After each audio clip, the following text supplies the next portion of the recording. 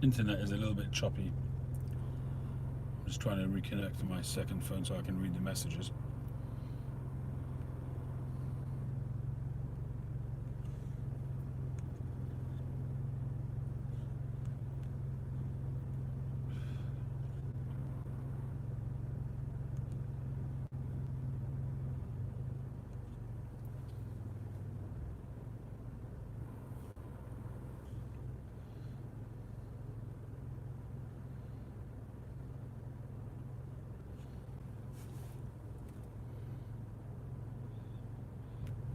Hi Joe, I'm doing very well tonight.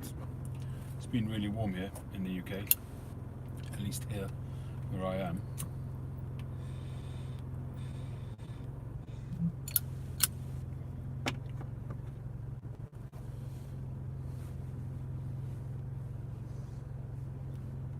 Hey Suffolk, how are you doing? This evening I'm smoking the Northern Briars, Quebec.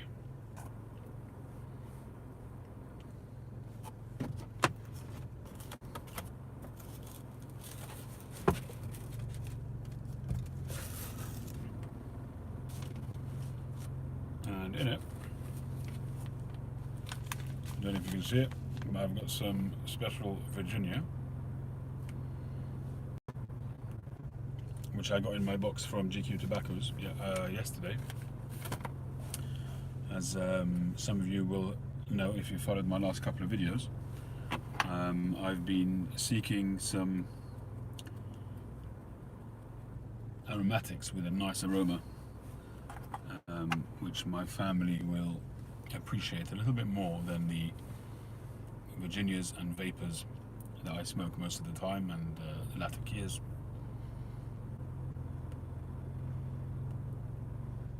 Although it was actually a cigar which triggered this issue, because I was smoking a cigar in the car the other day, and my daughter, which I think now it's illegal actually to smoke in the car with other people in the car, or minors in the car, but she commented, she was pretty disgusted, she had her hand over her nose. Yeah, we're back, Kenneth. Hopefully the internet connection will hold out. I've moved the car nearer to the house, so hopefully a little bit closer to the Wi-Fi.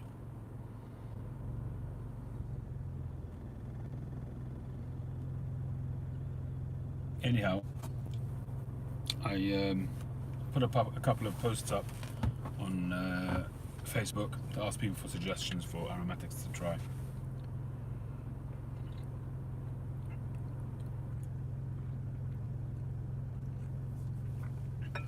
I've come out well equipped.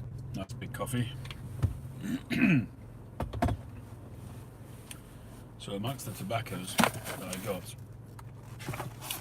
I got the special Virginia, which not really an aromatic, although I think it does have some kind of flavouring on it. I did get a couple of cigars, a box of filters. It's 20 past 11 PM here, so I've got some Baron Cube. Let's give that a whiff. I think I'll do a first impressions live tonight, if anyone's interested, of one of the ones that I haven't tried yet. I'm not sure if I've tried Cube before, and Cube is such a ubiquitous blend, so I feel I ought to really know this a little bit.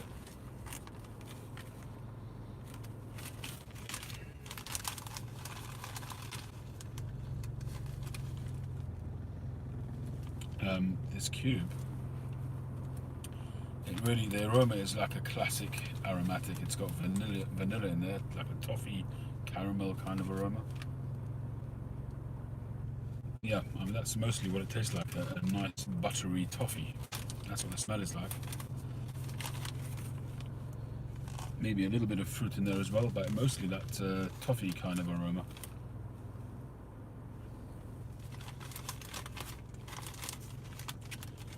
This is 25 grams, but I must be honest, it feels a little bit more generous than 25 grams. I don't have scales with me, but it wouldn't surprise me. Sam is a good bloke at Cheeky Tobaccos. So that's the cube. Then we have New Prince, Gareth Hogarth, New Prince. Let's give that a whiff. I haven't opened these yet. I got them yesterday morning, or yesterday afternoon.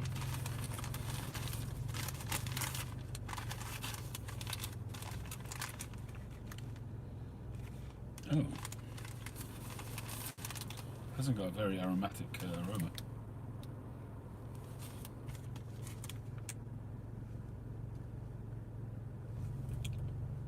Interesting.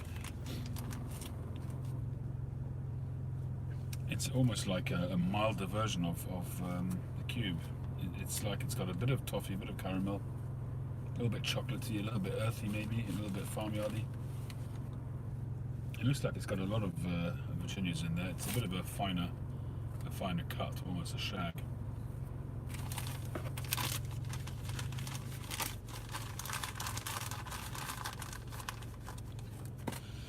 And finally, what was this one? American Cherry and Vanilla. That's a classic aromatic, and I think that would be a crowd pleaser. I'm not sure if I would enjoy it as much, but certainly a crowd pleaser. Woo! Cough mixture.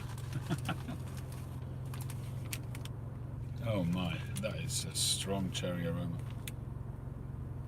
That reminds me exactly of cough mixture that I used to have as a kid, like a cherry kind of flavour.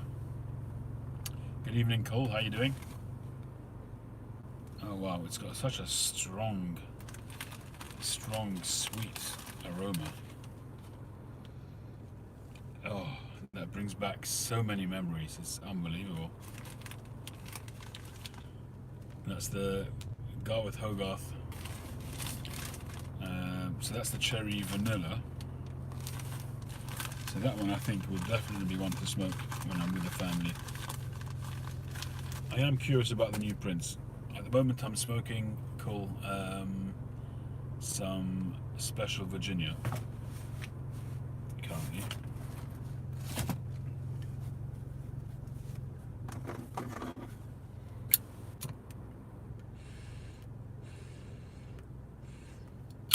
I only put a bit in the bowl, maybe a third of a bowl, because I wanted to try out these other tobaccos.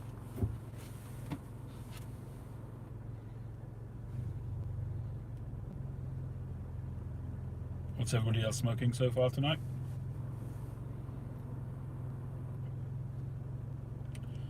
Cube is just the name. It's not like flake at all. Cube is, I think it's more about the presentation, the box that it comes in. It comes in a cube shaped box if you don't buy it in bulk. And it's an aromatic. Apparently it's got lots of different tobaccos in there, and apparently McBaron worked for many years coming up with this blend, but so we'll see. I think I have smoked it once before, many years ago. Fourth generation, 1982 in a K Woody. Nice. Boris, how you doing? Erin Moore Flake. Okay, I've got some of that here with me actually. I brought some with me on vacation. I have been enjoying the flake more than the mixture of late.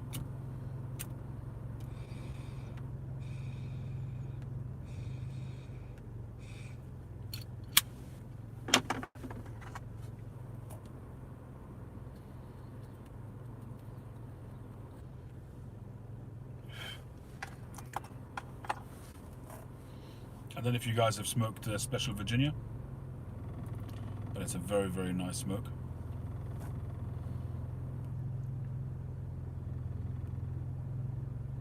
I think it does have something added to it. I'm not quite sure what, but it is a nice smoke. It's certainly nicer in the first half of the bowl.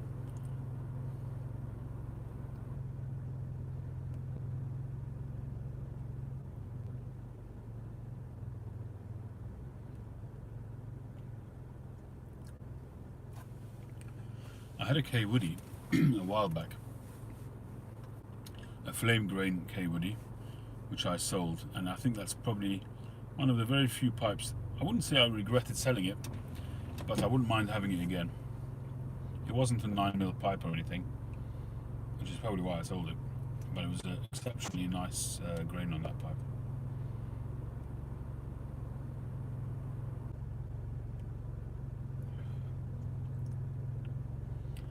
That's interesting. I don't know. I don't know what to suggest. Have you been on a different diet recently?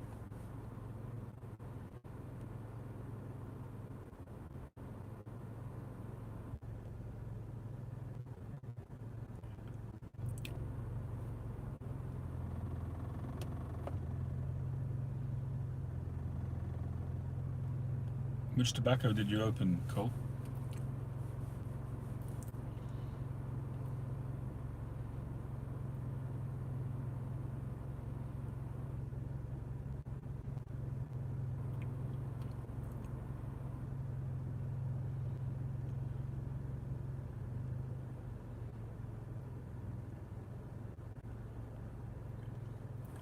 I must be honest, I'm not that familiar with K-woodies, so I don't really know the difference, but I'm assuming 01 being a low number means, is that a reference to the size of the bowl?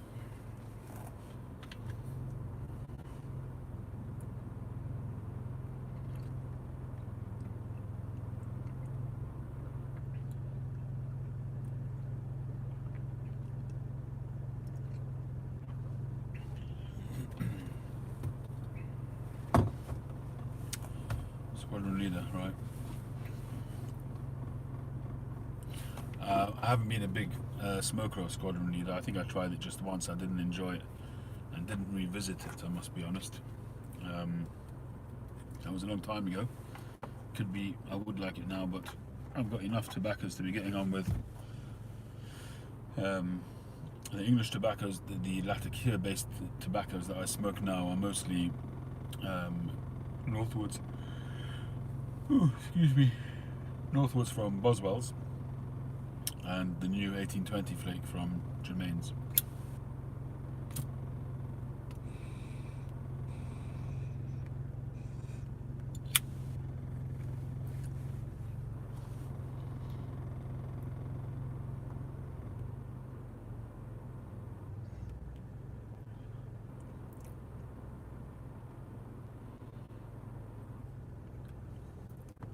Is there anything going on in the US tonight, in the sports world or something like that? Seems pretty slow tonight. I have come on earlier than usual, admittedly.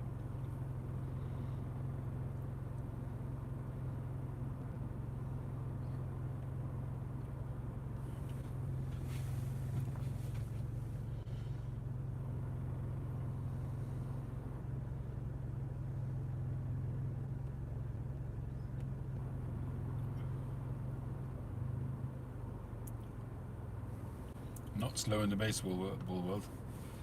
Where's it up to? What's happening over there? Is it a big night tonight?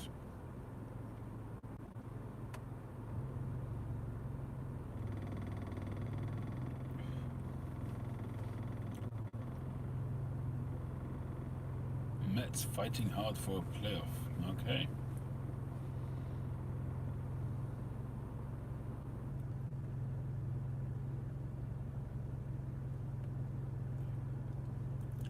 I am in my car because I'm on vacation and I can't smoke in the house. And if I smoke outside, I'll get bitten to death by the bugs around here in the countryside, and the whole area here is overridden by bugs.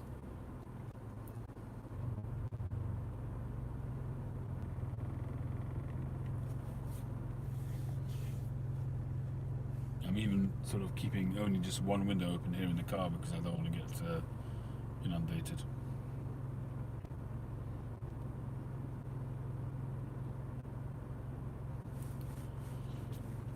I think Celtic Talisman is still sold. I'm not sure. I haven't tried to get it myself. I've only smoked that once. I think somebody sent me a sample of it. It wasn't something which I felt the need to go out and chase.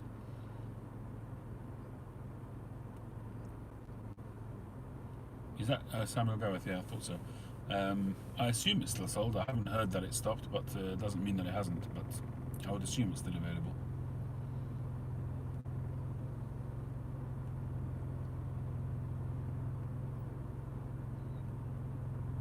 Isn't that an aromatic as well?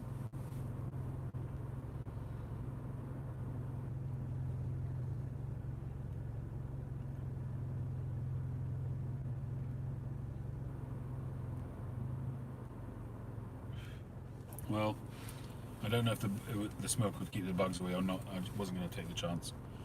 And to be honest, it's more comfortable sitting in the car. And at night, although outside might be nicer for you guys, you're not going to see much at night anyway. So I figured I'd sit in the car. You don't see much of my videos anyway, at the best of times.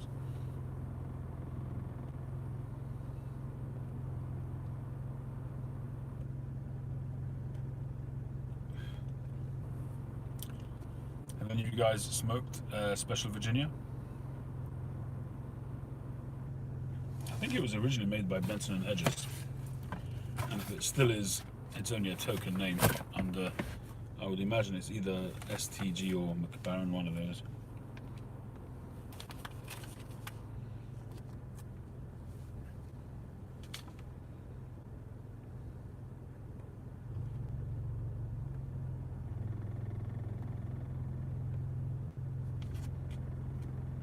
Well, the address it gives on the packet is a product of JT International. I don't know what that is. Could it be this is still made in England?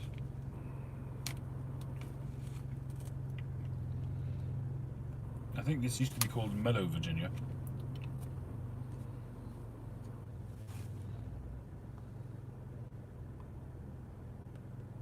It's actually very nice. It starts off a very nice, it's obviously Virginia, but it has a little bit of spiciness to it, a little bit of a sweetness, and it's just got a really nice balance. So it's not, if it has got any kind of tasting, any kind of casing or topping added to it, it's really very, very light. And it's really quite a mature tobacco-y smoke, but with a little bit of an added sweetness to it.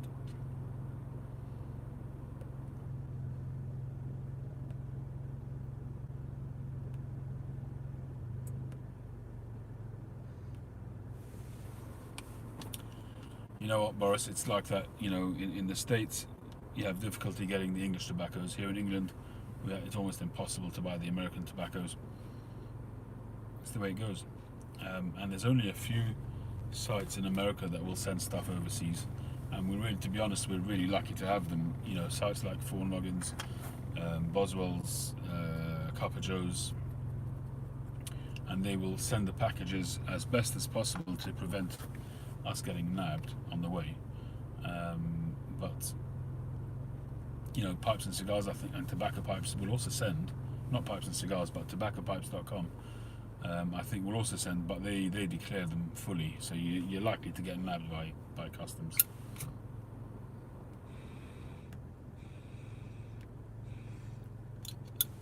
But Copper Joe's, I think, do a pretty good trade here in the UK. There's a few people who are buying from Copper Joe's all the time.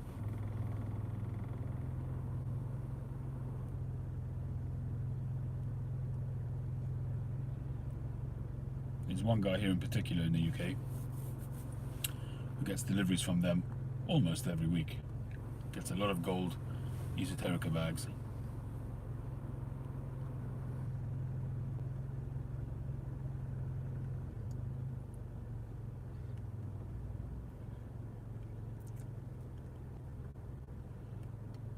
No, I can't get you can't get a Scudo here. It's readily available in the US. It's not a rare or scarce tobacco. I think it may be slightly more scarce than a run-of-the-mill tobacco, but generally I've not had trouble getting a Scudo if I want to. I'm just not a fan myself. I know Mike at Briar Blues loves the stuff. That's his go-to. I think I've got a tin at home somewhere. But I find it a little bit too rough around the edges for me. It's a little bit too savoury. And if I was going to choose a vapor medallion, I'd be going to Navy rolls before I go to a Scudo. That's just me personally.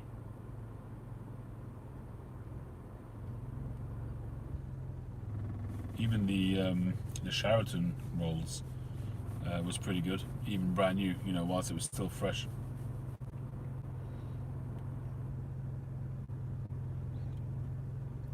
Yeah. Ribena goes well. Okay.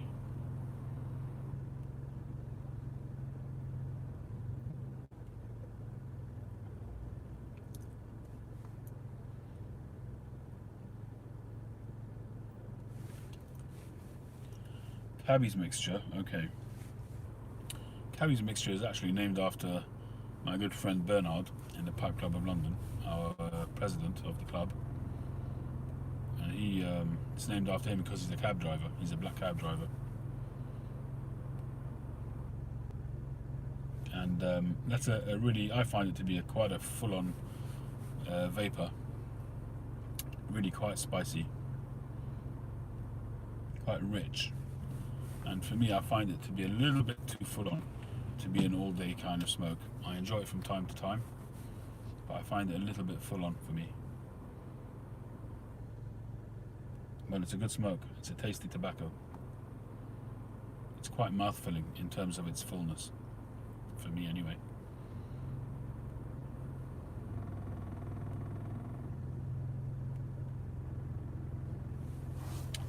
Any of you guys been catching the VR's Duquesne Rod Piper?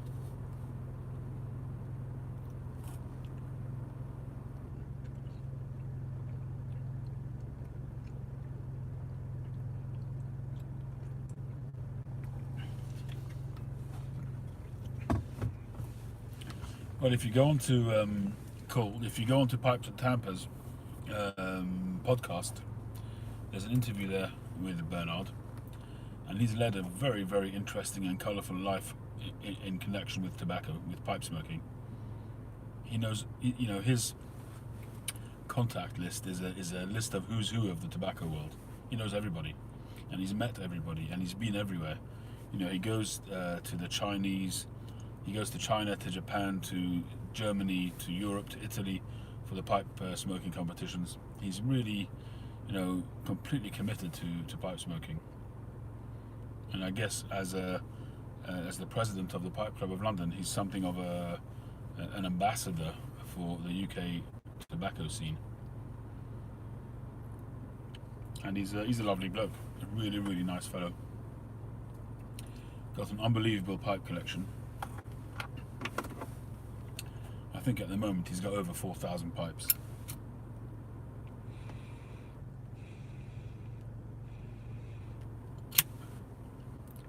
And his pipes range from regular pipes to some really high-end pipes. Thanks, Suffolk. Thank you very much.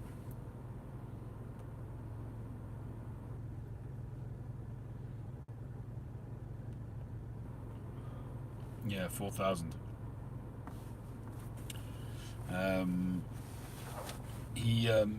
He posts quite regularly on Facebook, and he usually puts a picture up of the pipe that he's smoking that day.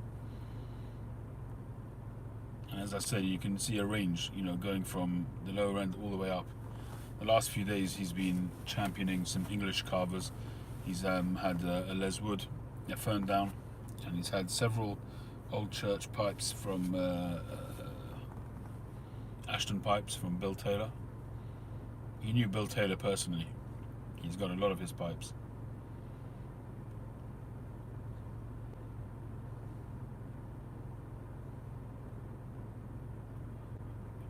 That is a lifetime rotation. Now, I'm sure that 90% of them he hasn't smoked, I would imagine. It's Bernard Alotti, that's his name. I'm not sure if he posts on his personal page or just on the group pages. I myself am the same. I don't post anything on my personal page. I only post on the groups that I'm a member of.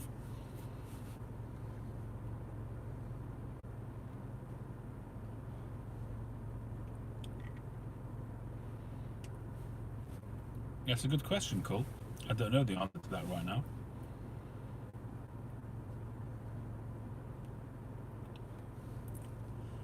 Although it has happened before. I have, on occasion, turned the camera around during my London Calling live sessions once or twice.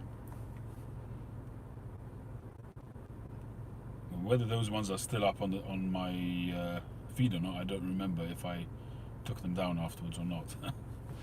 But a couple of people have seen, and when I send people personal messages, sometimes I'll do a video.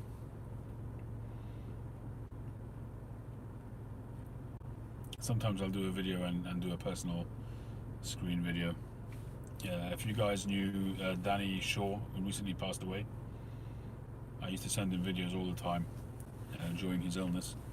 I sent him lots of messages because he couldn't really talk so much, and he couldn't type very much. So I just used to send him private messages, videos, and which I know that he enjoyed. So I'm really pleased that I did that. Hey John, how you doing?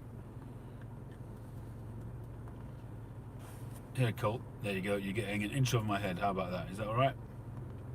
It's a start, right?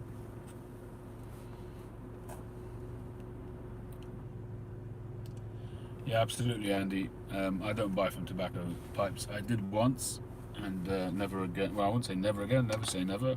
Never say never about anything in life. But my very first order that I ordered from America was from tobacco pipes.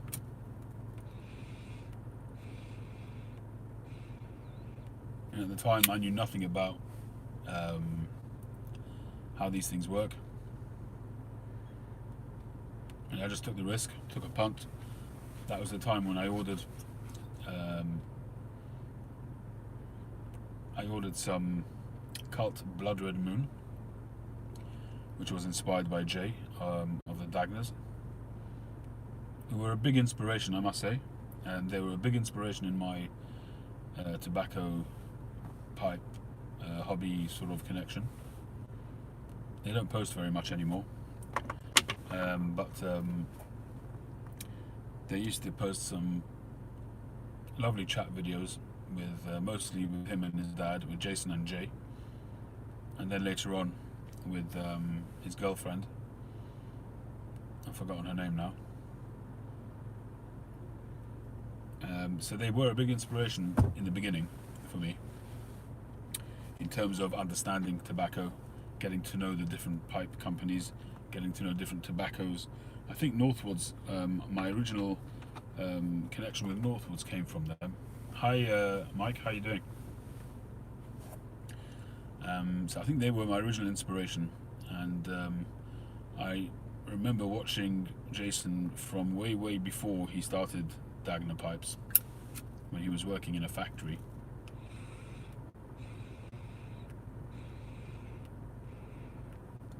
And he lost his job and started doing Dagner Pipes.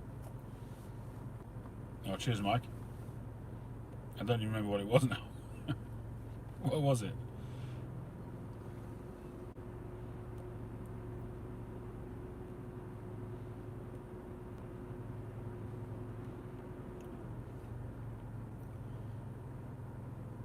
Oh yeah, right, yeah. Okay, thank you. That was what was it? Oh, it was a Millville pipe, wasn't it?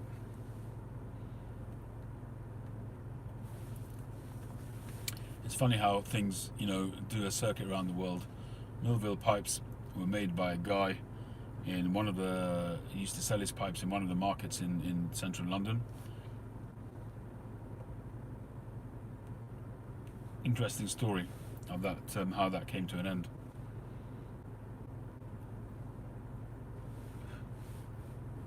Good night, Cole. I wasn't that familiar with him. It was way before my encroachment into pipe smoking. But I think the guy who originally made Millville pipes, he either passed away or retired, gave all his equipment over to his son. And I think his son maybe did it for a little bit, and then decided from one day to the next day he wasn't interested, and he just dumped everything. He dumped all the equipment and just called it a day. the name Millville is still used by somebody. You do still see new ones coming up on eBay, but they're not the original Millville pipes. So I saw Mike putting one of those on. He put it up for sale, Mike Murphy. So I thought I'd get one just for. I have had a Millville pipe before, a fisherman's pipe, which I sold on. It wasn't really a pipe that I was going to smoke, whereas this one looked to me like something that I could possibly convert to 9mm. And I thought it would be nice to have a Millville pipe. Bit of English history. Same kind of thing as you guys would have with a, say, a custom built, that kind of idea. A really classic American pipe company.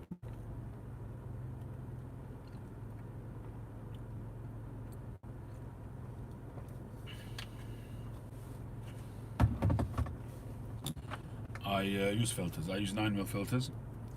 I changed over to filters at the end of 2017, and I've been on them since. I don't smoke at all without filters.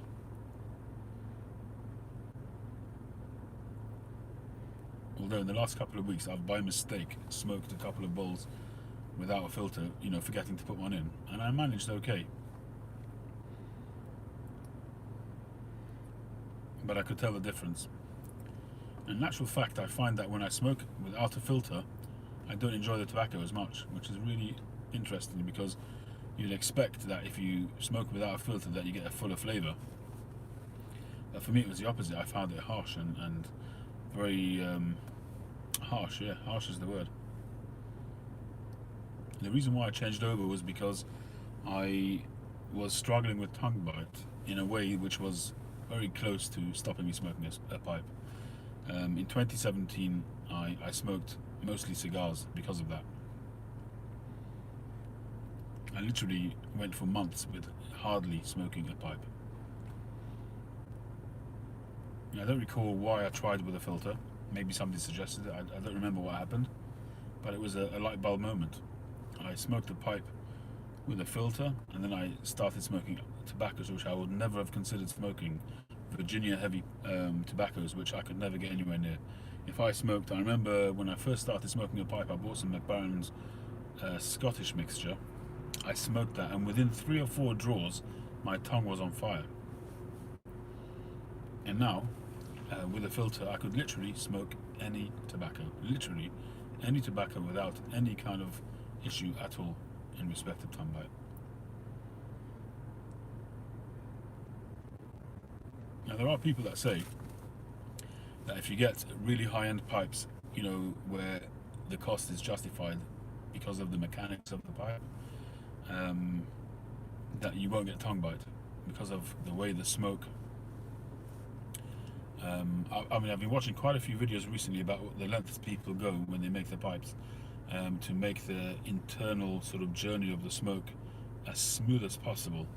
And I don't know if that makes a difference, but somebody was telling me that they had a Tom Eltang pipe where usually they get tongue bite. They smoked a Tom Eltang pipe and they didn't get any tongue bite. I don't know. Unless I try it, I won't know the answer to that.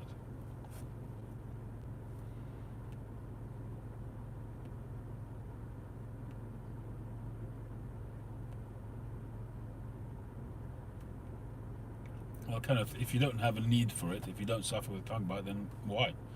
You know, unless you want. I mean, you will, you know, take out some of the tar and some of the smoke, moisture and that kind of thing, but I don't think that there's a real justification for it if you don't struggle without it.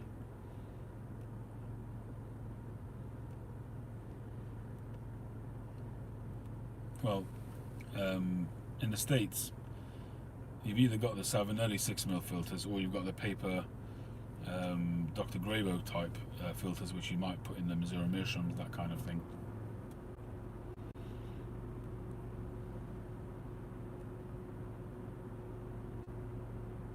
What's that, Mike? What are you not buying?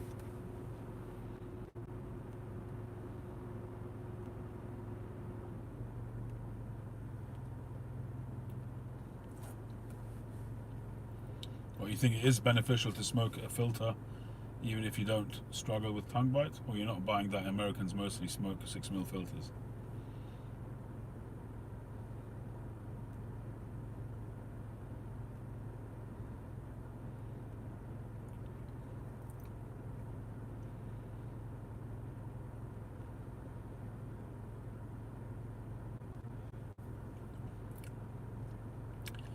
This special Virginia, I've got to tell you, I don't know why I hadn't bought more of it at the time. When I first discovered it, I really enjoyed it. I raved about it. I went through a pouch of it, maybe 2 pouches of it, and then didn't buy it again. I don't know why. I've obviously been... Oh right, Mike, yeah, I don't know. Honestly, I don't know. I can't understand how it would be the case. I would agree with you. My instinct tells me that you're right. Which is probably why I haven't plugged and gone and bought a high-end pipe to that extent. The highest end pipe that I've ever bought is a Dunhill, and whilst they've got a really nice draw, other than that, I don't know if they still do any of the oil treatment and all that kind of thing. I must be honest with you, I don't think any of my pipes, I can say in particular that one smokes better than the other in terms of the way it's made. They might smoke better than the other because of the briar, because of by some fluke, some way it's drilled or something like that. It just happens to work better. Maybe the thickness of the bowl, maybe the way it was broken in, maybe the tobacco that I smoke in it. Every pipe's going to have its own story. But in terms of consistently, in a way which is provable, that makes the pipe better than another, I don't know, because I haven't been down that route yet. I haven't been down that route of spending £1,000 on a pipe, and I doubt I ever will.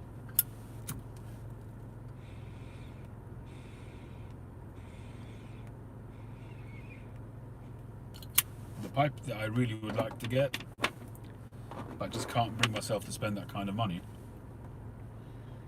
on a pipe, on a possibility that it might be better, is a Tom Eltang poker, which, the classic Popeye kind of pokers, the rusticated ones, the one with the round rustication. There was a time, maybe a year ago, where he put out a bunch of 9mm ones, and I was so close to pulling the trigger on them, but I just, in my heart of hearts, couldn't justify spending that kind of money. They were about £600, and I just couldn't do it.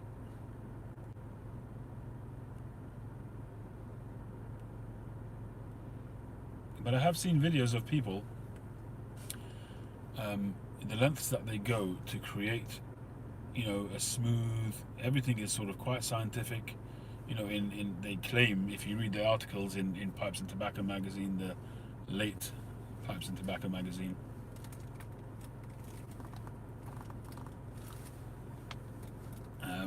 they talk about measuring stuff to the thousandths of a millimeter, that kind of thing. I don't know. I don't know if it's just a bit of hype to justify the cost. But I've got to be honest with you, when I drill a draft hole, I take as much care as I can to make it as smooth as possible. I file it internally a bit as well, but the amount of time that some of these guys spend on funneling out the bit and literally sanding the inside of the stem to a point where even down to something like a 600 or 1000 grit smoothness on the inside of the stem, I just don't know whether it makes a huge difference or not, and I won't know unless I try one of those pipes.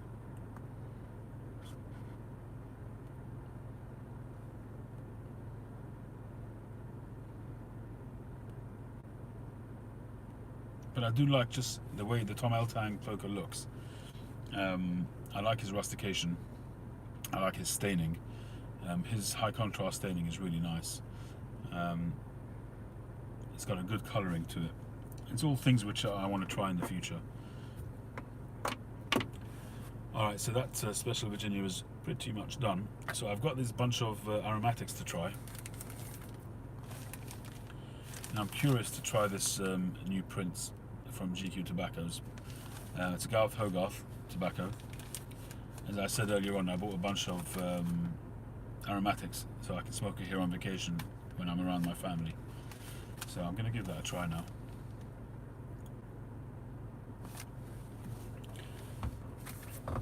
In terms of more beautiful, if you're talking about the really high ends where you're going to spend 3, 4, 5,000, yes, they're beautiful to look at. But there are some high-end pipes where you'll spend between $500 and $1,000, where the looks are going to be, they'll be certainly better than your $100 pipe, but they're kind of the same kind of pipes, just finished to a higher standard.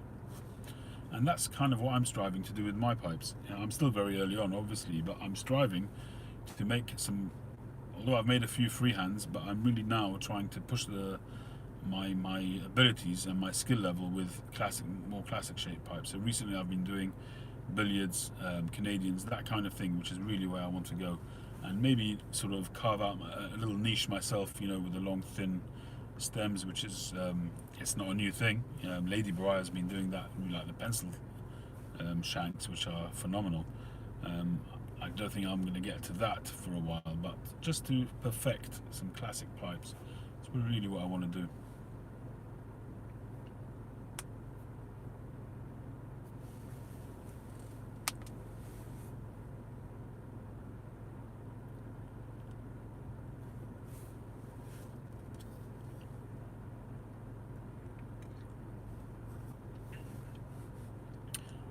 Boris, interesting proposal you make there.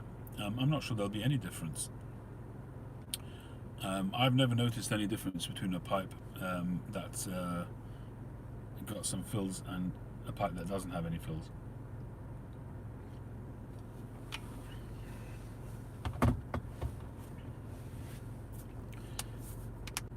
I've got plenty of pipes which have been smoked for a year with fills and without fills, and I haven't noticed the difference. I do think you're right that some briar smokes better than others, but only until they're broken in. That's my experience, my sort of limited experience. I've only been smoking a pipe for coming on to, in fact, very close to 4 years now. And I think it was around October 4 years ago that I started.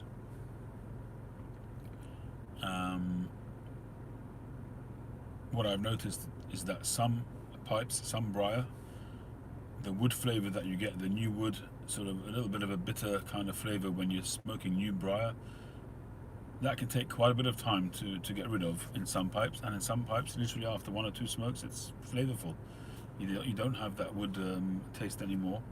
And the briar from Ian Walker, his pipes, I find that to be the case. I find his pipes smoke very, very well from the beginning, literally within 1 or 2 smokes. And people often ask me what the difference in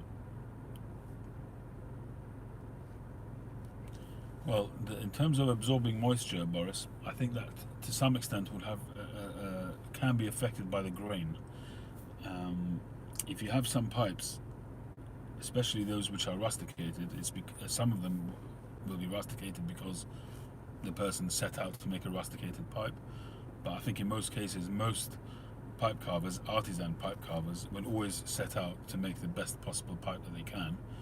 And if they get a piece of briar which justifies being smooth, they'll make it smooth. But that being said, if you have a grainy pipe, generally speaking, that will absorb moisture better because of the different densities in the briar. If you have a bold, if you like, piece of briar, when I say bold, I mean not very grainy. Sometimes you'll come across a pipe where you'll have if it's a smooth pipe, you'll notice not many lines on it, not much grain, and it's quite a smooth, bright kind of colour, with not much going on. They say that kind of briar doesn't absorb very well, will smoke hot, and just won't be a great smoke. I haven't smoked enough to be able to say that I've experienced that, but that's what people say, and I can understand. There's a logic to that the a grainy pipe will have more areas that will absorb moisture better. I can understand that. Whether it's true once you've built up a cake, I don't know, because once you build up a cake, there's a barrier there. So I think, in my personal experience, it's more about how you smoke the pipe. Once you've broken it in, once you've got a bit of a cake on it, you've got a bit of a coating, a carbon coating, I think it's down to you. I think it's down to the tobacco, and I would say that, in my experience, my limited experience, the majority of it is down to you. How you smoke your pipe, how you look after the pipe. You want to clean it on a fairly regular basis, otherwise it's going to end up getting a bit stinky and bitter.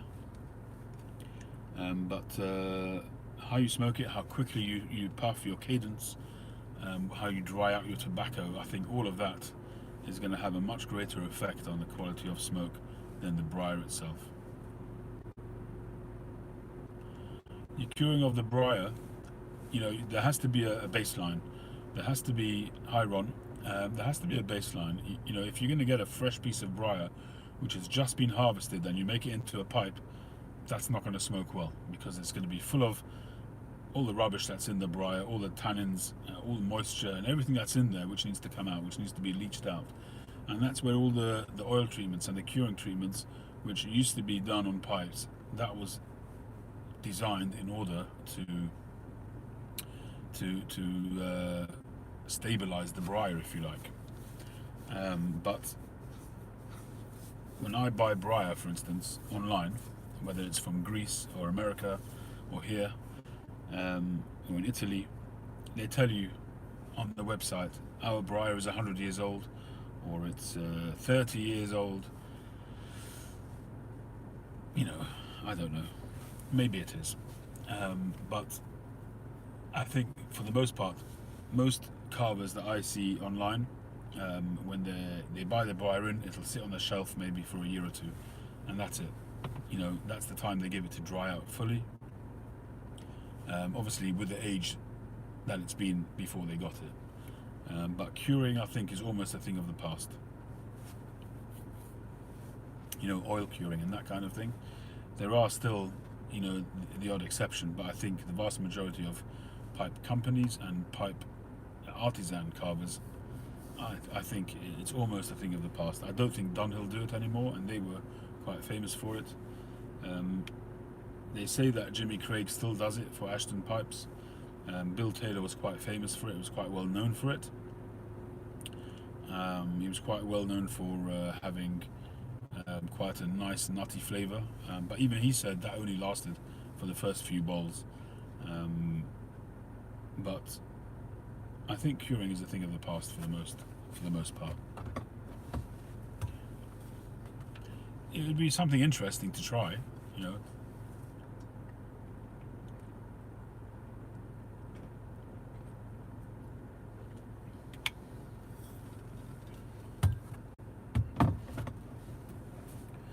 Right, I'm talking so much, and I haven't done this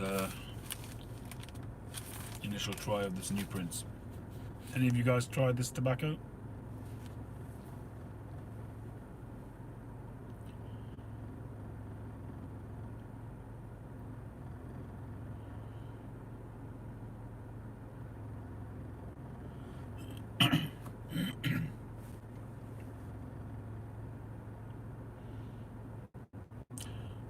That's interesting, Mike. I've not experienced that myself, but it's interesting. I've not really seen a difference of how bowls accept stain. I don't stain my pipes very much, I must be honest. I did in the beginning, but I'm at the moment still very, very early on, still in the experimentation stage, and I've, for the most part, been making smooth pipes. Some rusticated, but mostly smooth.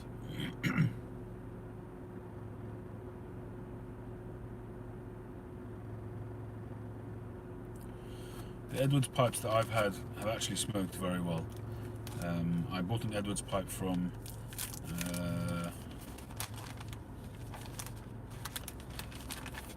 what's his name? From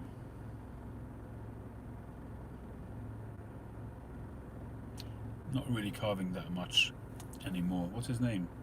The newscaster, broadcaster, Joe Case. he kind of flits in and out of pipe making these days. So he's done every so often, he sells off some of his old pipes, and he sold off this Edwards with a really interesting rustication on it. Smoked very, very well, but the bowl for me got too hot. I actually had that one converted. Ian Walker put a 9mm, beautiful Cumberland 9mm stem on it. I'd originally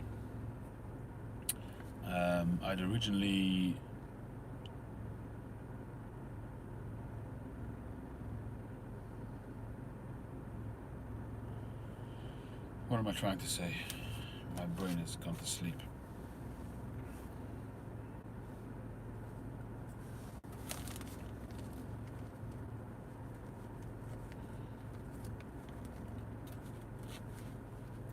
Yeah, the original stem that it came with, it was quite oxidized.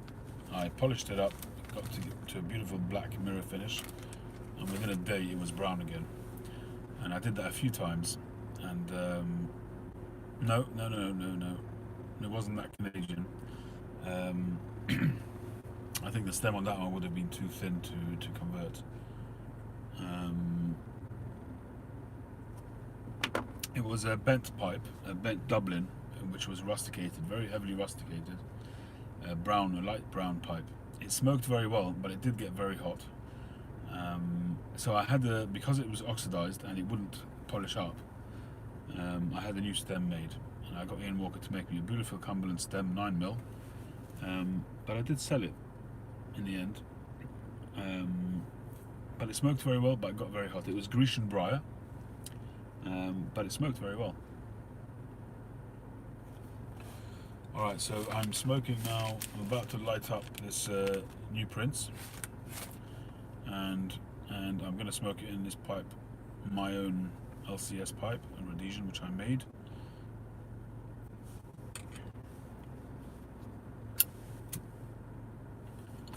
Oops, I better check I've got a filter in there.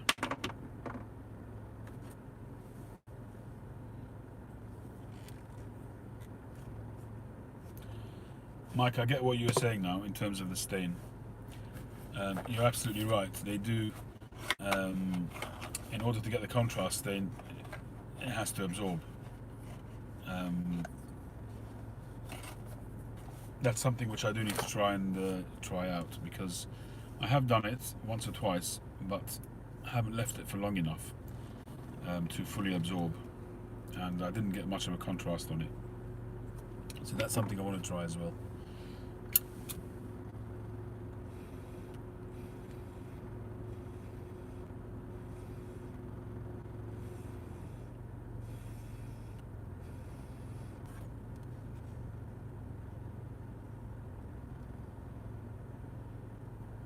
Kenneth, I put up videos every so often of pipes I have for sale.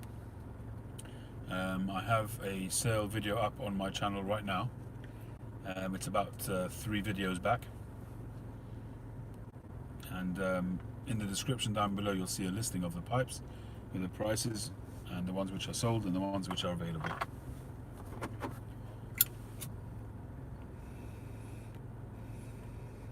And in the video itself, obviously, you'll see a nice clip of each pipe. And there's a couple of my own pipes in there as well. One of them has sold now, one of my pipes. One of the freehand has sold. But the Volcano is still available, and the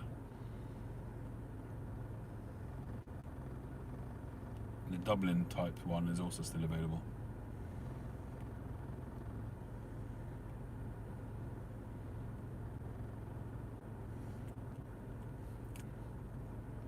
Any of you tried this new Prince tobacco from Garth Hogarth?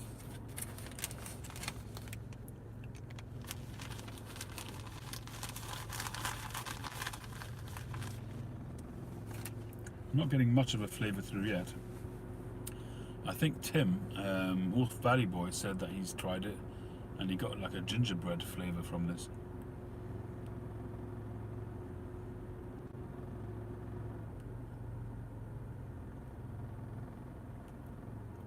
Mike, have you been watching the VRs to Cane Rod Piper?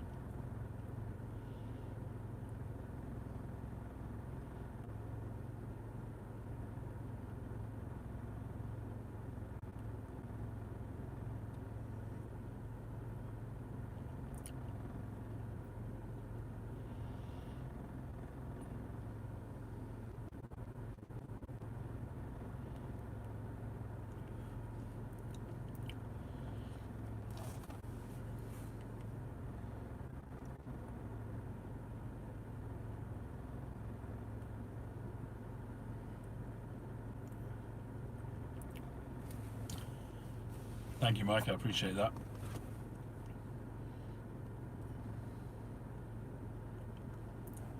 It's something which I've really surprised myself, really.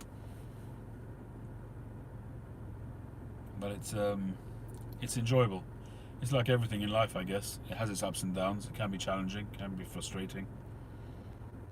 But you reap what you sow, and I think that with practice, with perseverance, hopefully, my ability will improve.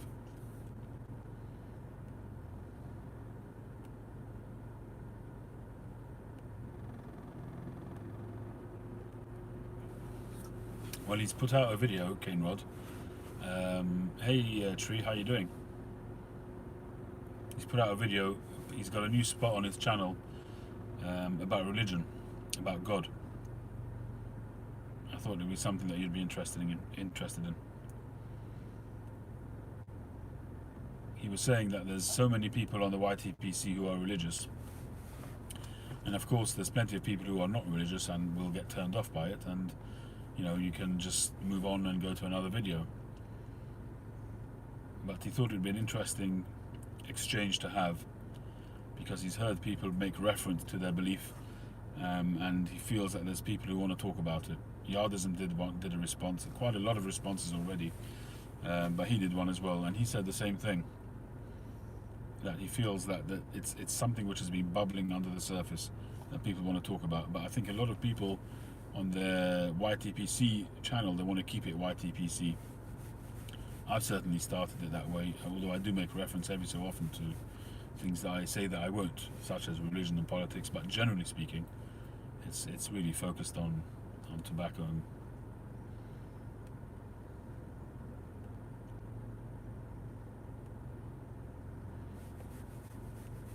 a sandblaster will happen, Mike, all being well. It's something which I really want to do, because I love sandblasted pipes, and I get frustrated, not even disappointed. Who am I to be disappointed at somebody else's work? But when I see some sandblasted pipes where effectively all they've done is rusticated the pipe rather than bring out the ring grain of the pipe. You know, to sandblast the pipe which doesn't have a ring grain to bring out, to me it's a wasted effort.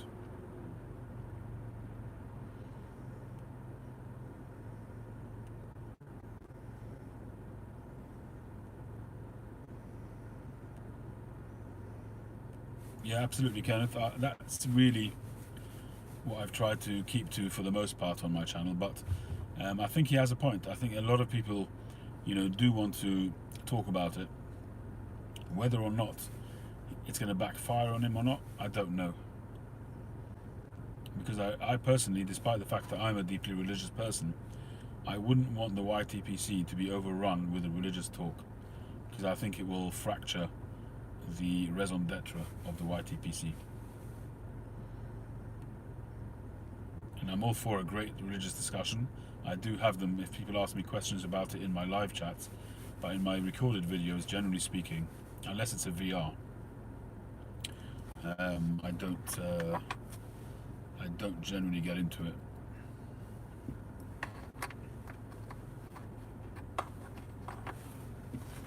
We have had some quite deep discussions on the live chats, which I'm always very happy to do.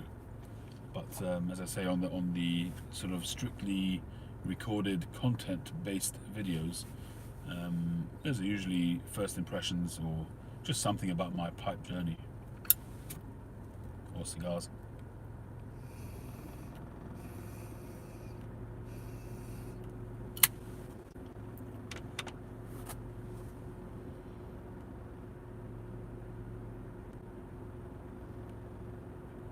Christian pipe channels. Well, there are certainly some pipe smokers who are Christians, but when you say a Christian pipe channel, I'm not really sure what that means, because pipe smoking is not a Christian thing and can never be said to be a Christian thing. So a Christian pipe channel, I'm not quite sure what that means. What do you mean by that? I mean, you've got Padre Piper, for instance. He's a padre. He's a minister, and he smokes a pipe, but I wouldn't call that a Christian pipe channel. It's a pipe channel run by a Christian person. If that's what you mean by Christian pipe channel, then yes, there's plenty Christian pipe channels. A Christian pipe forum. Interesting. Okay. I don't see the connection, but fair enough. If they, there's forums for everything in this world these days.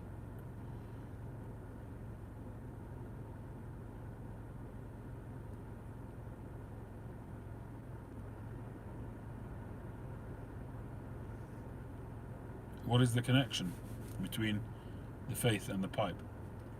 Or is it just a group of pipe smokers who are Christians? Which makes perfect sense.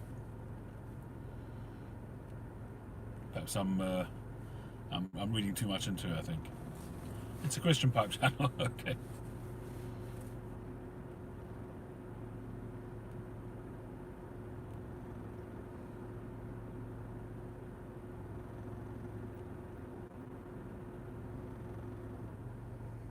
Yeah, I got it, Kenneth, I got it. Fair enough.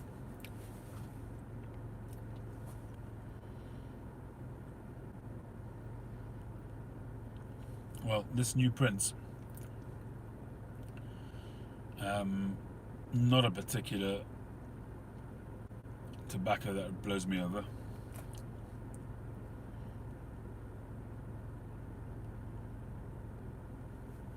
In terms of a first impression, anyway. It's too early to make a real impression.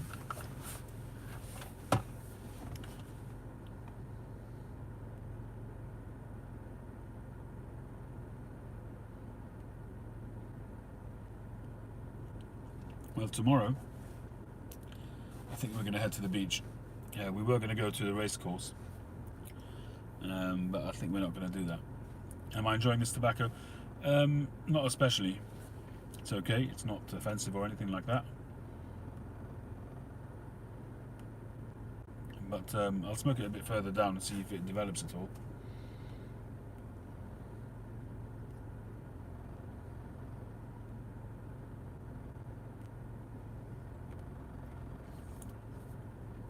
So far I've held back from doing a VR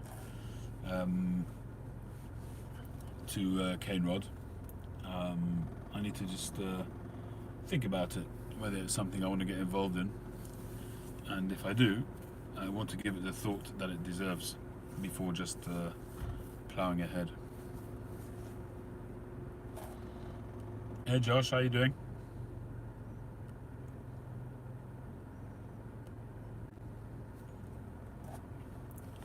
Just trying out this aromatic new Prince from GQ Tobaccos, which I got the other day. This particular one, not enjoying so much. Hey Meeks.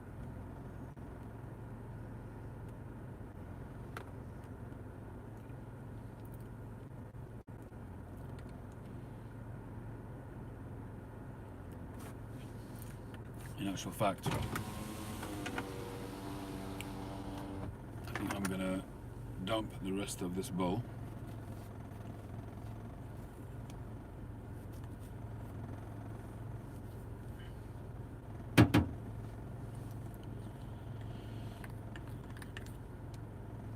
So the other two tobaccos that I've got,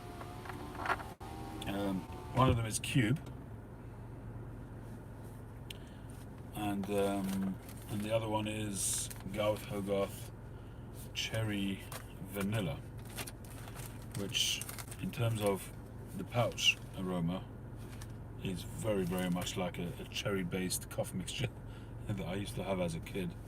So that's going to be, I know it's going to be a crowd pleaser, and it's going to be something that I enjoy, well, that people around me will enjoy. So maybe I'll give Cube a try. I haven't smoked Cube, I think I've maybe smoked it once.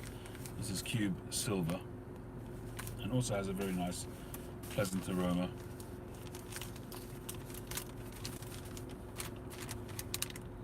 It's got a very caramelly, vanilla-y, sweet kind of aroma, Cube.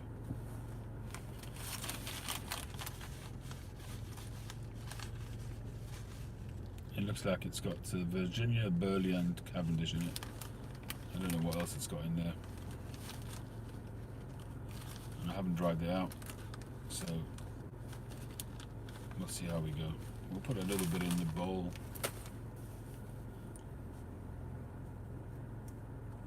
And we'll give it a whirl.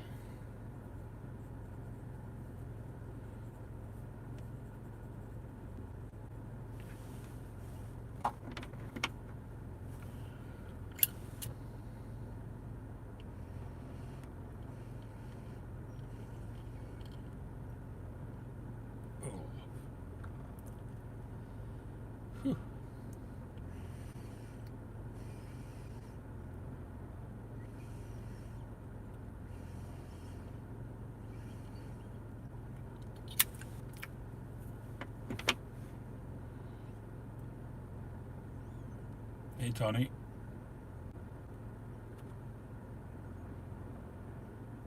The cherry vanilla is Garth Hogarth. This cube, when I first lit it, I don't know if it's because I'm smoking it in the same pipe as the new Prince that I just tried, but it's got a pretty rank first draw. The OCD Piper.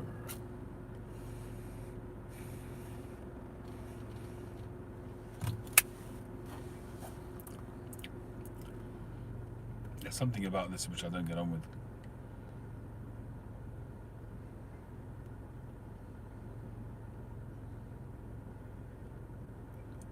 Well, if this bowl doesn't improve, I'll be trying the cherry vanilla in a minute. And it could just be that I just don't like aromatics, I don't know. But I don't smoke aromatics that much, with the exception of perhaps Erinmore.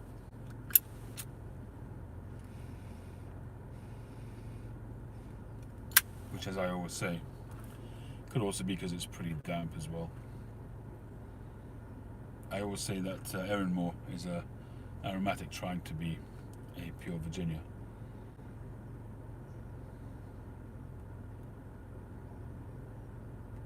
Where are you based, Kenneth?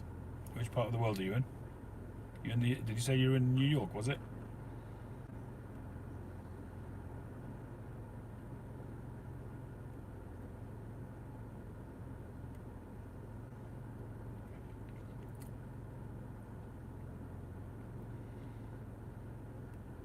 Which vapors do you smoke?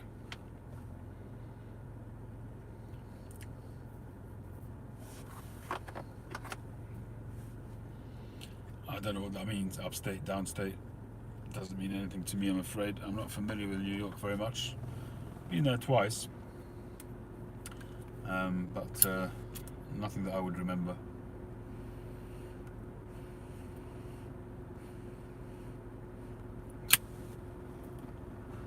I drove once in New York. The last time I was there, I think I drove around the block once or twice. But I think I found it quite challenging at the time.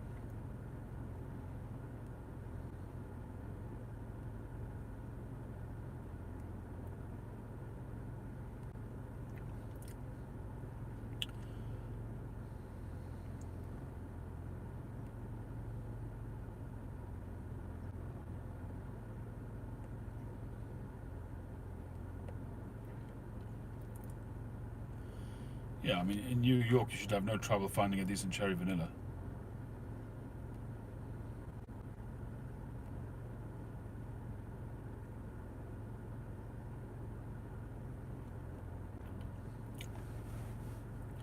You could try Boswell's Cherry Smash. The Cherry Smash, I find that to be quite a bit, has a bit of a morel cherry kind of flavour. It's quite acidic, it's quite sharp, it's quite bright. You could say it's a little bit artificially, but it's actually a pleasant smoke. Artificially in the flavour, not in getting that artificial metallic alcohol-y flavour. I don't mean that type of artificial, I mean the artificial in its flavour, the sweetener being like a saccharine kind of sweetness to it. But it's a pleasant smoke.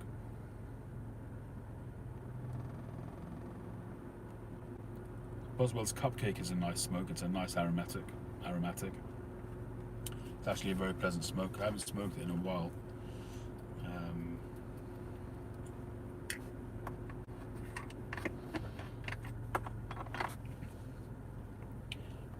I suppose technically speaking, Boswell's Northwoods is an aromatic, although it's Latakia based.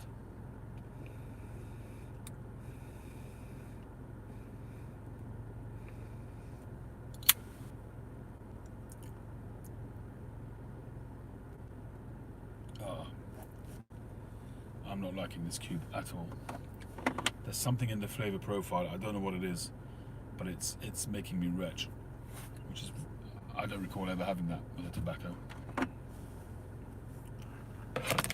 And I don't know if it's because I haven't tried it out, or if it's because it's a combination with the other tobacco. I don't know what it is. Maybe it's because I've smoked it in the same pipe, which I very rarely do. But because I'd only just started that bowl, I thought, why not?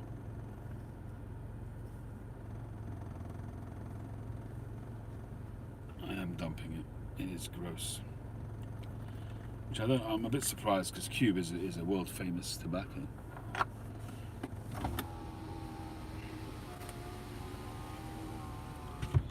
Alright, so we're down to the third aromatic. The next one is the cherry vanilla. I better try it in a different pipe. I'm expecting it to be exactly what it says on the tin. It smells very rich. I'm expecting it to be quite a similar experience to Blood Red Moon in terms of its richness. Okay. Oh wow, that smell.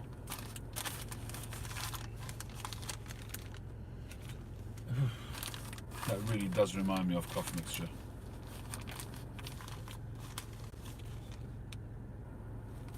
Oh, in a good way. It reminds me as well of the smell. You know the shop that I go to often in Covent Gardens, Cigar and Snuff?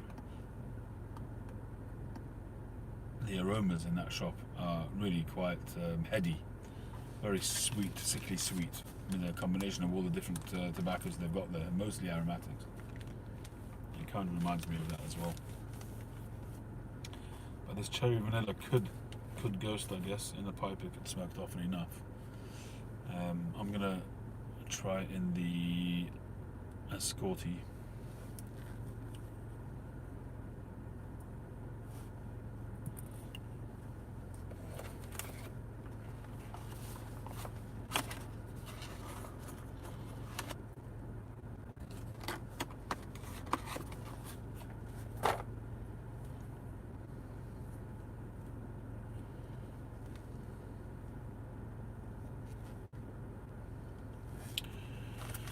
Alright, here we go.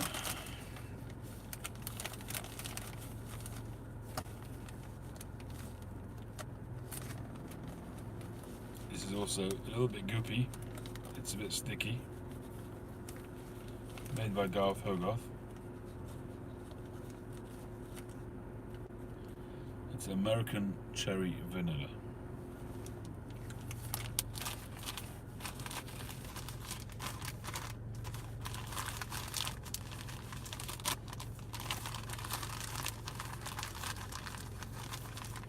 Well, if this one's agreeable, that's what I'll be smoking for the most part.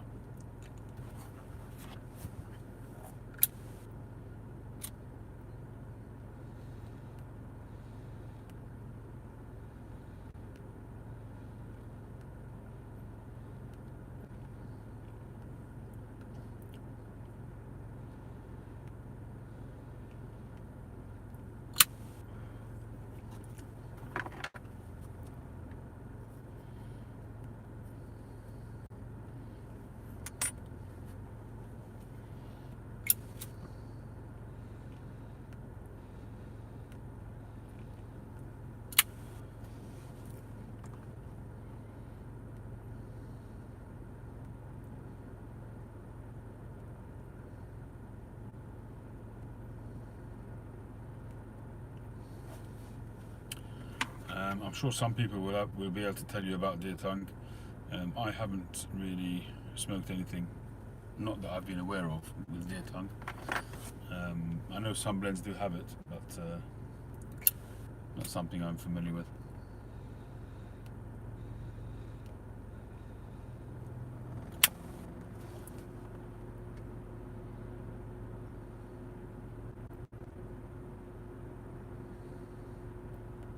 The chocolate vanilla, I do need to revisit it, but it was nice,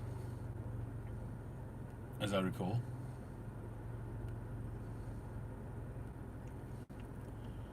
But it's obviously not just your chocolate vanilla. It's actually a Latakia blend, and it reminds me a little bit of. I wouldn't say it's the same as Dr. What's it called? Bob's Chocolate. I wouldn't say it's the same kind of thing. Bob's Chocolate is a little bit more fuller, stronger on a bit more Latakia. There's a drop of Lakeland, I think, in there as well, in Bob's Chocolate. And that kind of grated on me after a while. I did enjoy it when I first discovered it, going back a few years, but I haven't really smoked it since. It kind of grated on me after a while. But this blend is a lot smoother. The GQ chocolate vanilla was a lot smoother. I think, if I'm not mistaken, it has Latakia in it. I have to revisit it because I don't remember, to be honest. I don't remember what it was like exactly, other than that I enjoyed it more than Bob's Chocolate.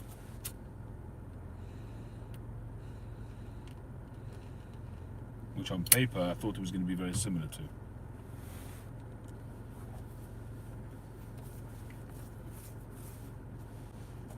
Up the bracket, how you doing? I'm sat in a car because I'm on vacation at the moment and it's not my house, so I can't smoke in it. And if I'd be outside, I'd be bitten to death by all the bugs here. I'm in the countryside, and I'd be swarmed on if I was sitting outside.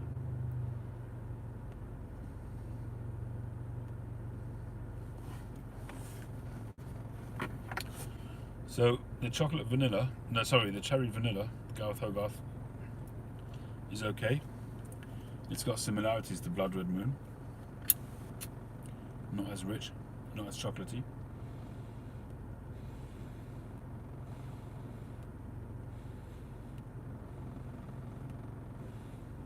And I will need to try it again after I've dried it out. But it's okay. It's not as full in the taste as the aroma in the bag, which is often the case with aromatics. And I think I'm getting a little bit of a tingle on the tongue, even with a filter. That's probably because it's wet, and there's a lot of humescence on it, and there'll be a lot of flavourings added on it, so that will all contribute to giving a lot of moisture. So I think tomorrow morning I'll lay some out to dry, and I'll smoke that during tomorrow and see how it goes. We'll be at the beach, so I'll be able to smoke there.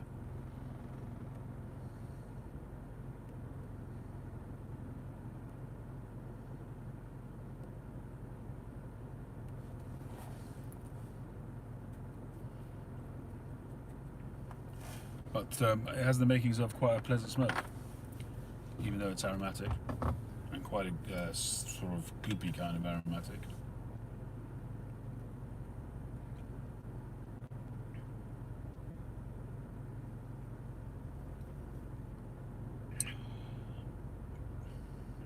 The highlight of the evening so far is this coffee. It's a good coffee. And the Special Virginia. And the first bowl I had this evening, which was 4 bowls ago, which we started this video with, was the Special Virginia. That's a really nice smoke. And it's actually, moisture level is pretty bang on, straight out of the pouch. I don't know what the room note is like, but people say it's got a good room note, so I'll probably be smoking that as well.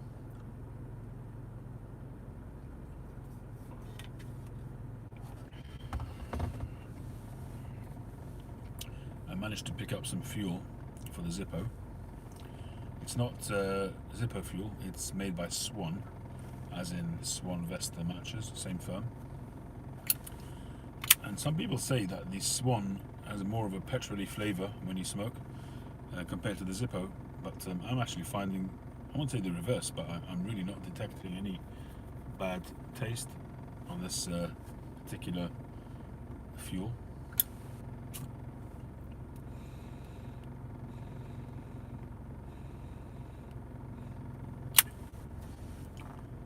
I should have brought some Blood Red Moon with me, because I know I like that.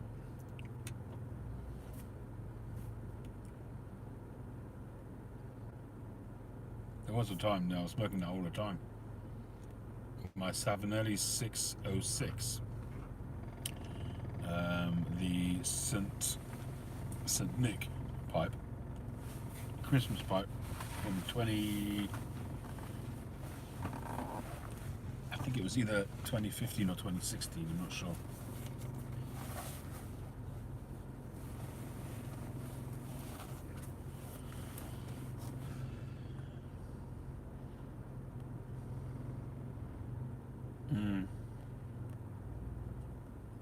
Yeah, there's quite a lot of mold going around in tobaccos these days.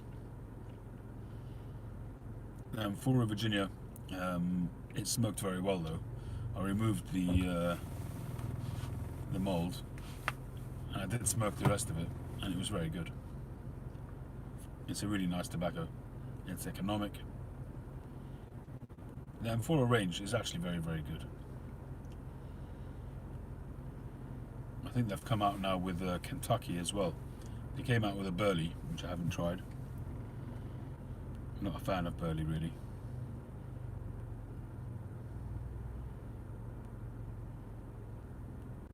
But Amphora, I think it's made by either STG or McBaron. I think it's McBaron. And their tobaccos are, generally speaking, good quality.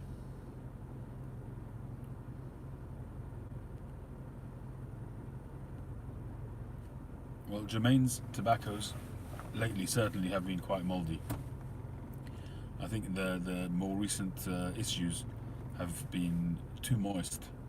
GQ Tobaccos put out, not GQ, sorry, Chris Parry at the Backy shop, Black Swan, tobacconist.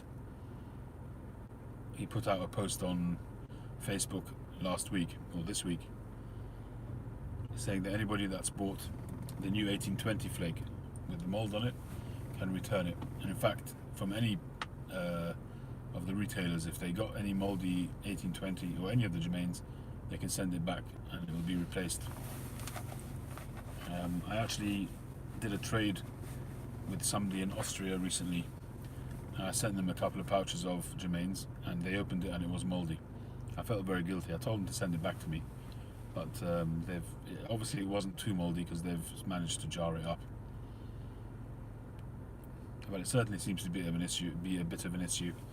I know that was it Cornell and Deal or GLPs? One of them had an issue with some of their small batch tobaccos where a lot of them were moldy. Literally, was it Jeremy?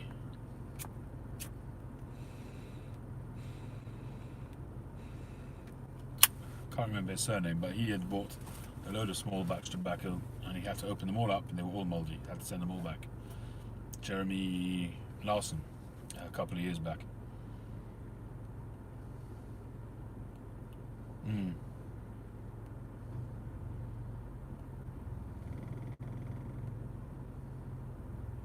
Alright, Kenneth, enjoy the baseball.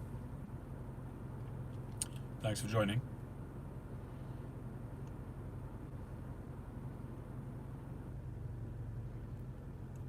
Now this tobacco, this Gauthagoth Cherry Vanilla, it's definitely smokable. It's a fairly generic cherry vanilla kind of flavour. It's probably not something that I would smoke day to day, but it's certainly something I can tolerate, and I know that my family will be able to tolerate. So hopefully that's a winner for this vacation.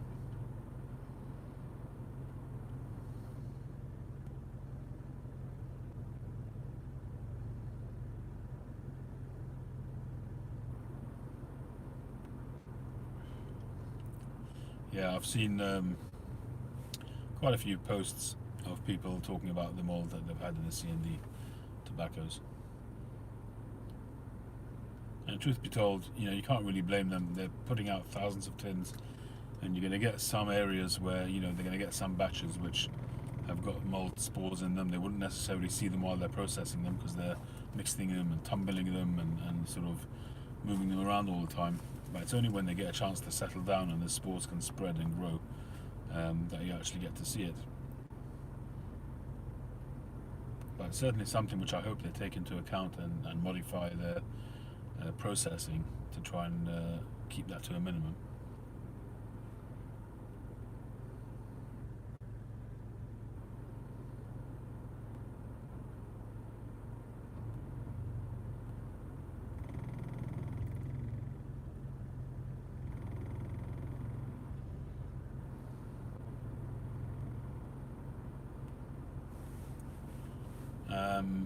I don't smoke aromatics generally at all, very rarely, besides for the Erinmore, which probably I would smoke more in the summer months. But generally speaking, I'm not an aromatic smoker. I'm only trying these out because I'm on vacation and I'm in close proximity with my family for most of the day, and therefore I'm just trying to do it for their sake so they don't have to tolerate Latakia and Virginias and stuff like that. It's just something to make it more tolerable for them.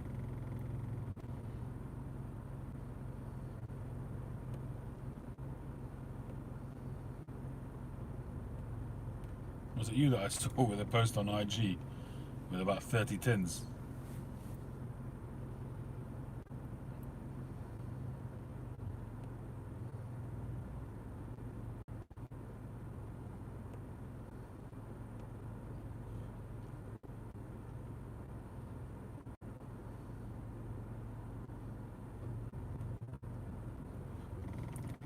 There was somebody on IG who had, I think it was you possibly, 30 or 40 tins, and that is called going deep.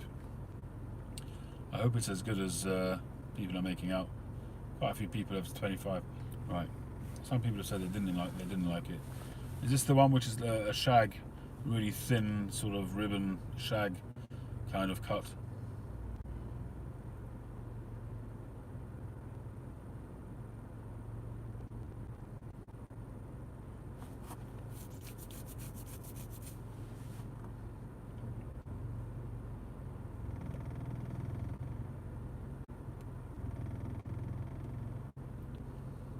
Had you already tried it before you bought the 25 tins?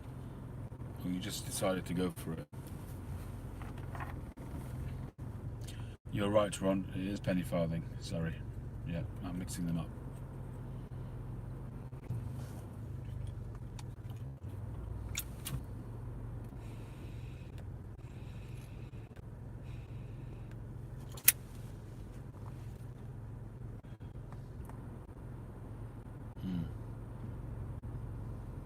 Have you tried it yet, OCD?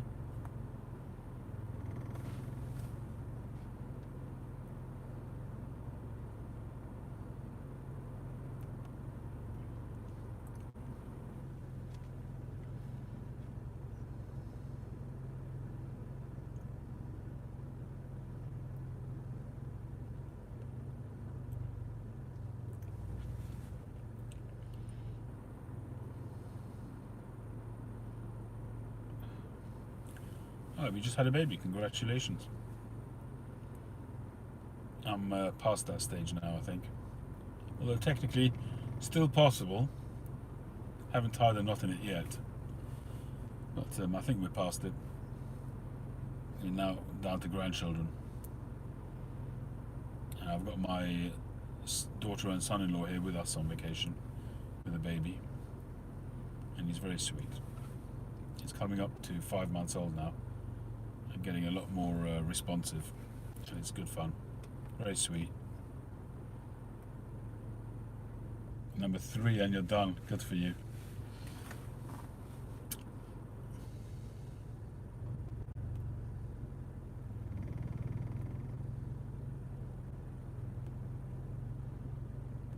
I had a few more than 3.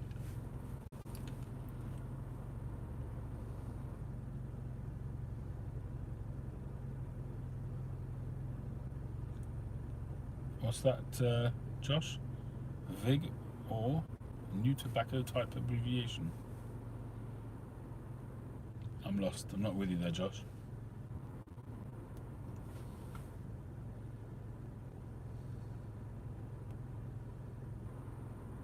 Oh, Oriental. I'm with you. Virginia Oriental.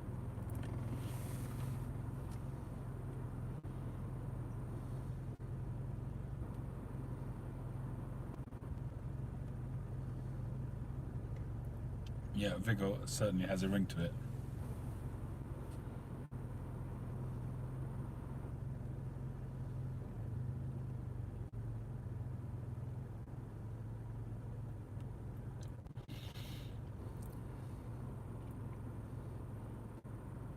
My youngest is currently 5 years old. My oldest is 26 or 27 now. And he's got 2 children. And my second oldest is 24. He's just moved back home now. He had moved into an apartment with one of my other sons, but they're in the process of moving. One son is going into one place, and this one, he's supposed to be moving out in a couple of weeks. So for now, he's at home. We'll see whether that works out or not. I've got a sneaking suspicion that his tenancy is not going to follow through, and he'll end up staying home for a while.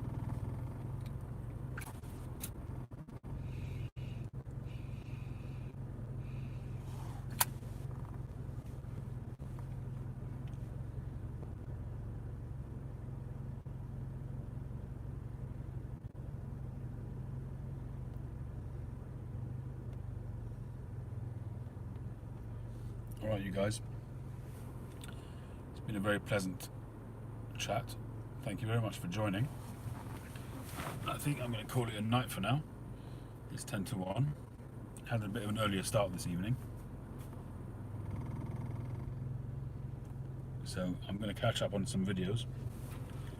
And I wish you all well. Good night, Mike. Good night, Josh. Good night, John. Good night, OCD. Ron. Meeks, Tree, up the bracket. That's a good one. Up the bracket. Kenneth, and everybody else. Thank you very much for joining. Have a wonderful weekend, and I'll catch you. You know where.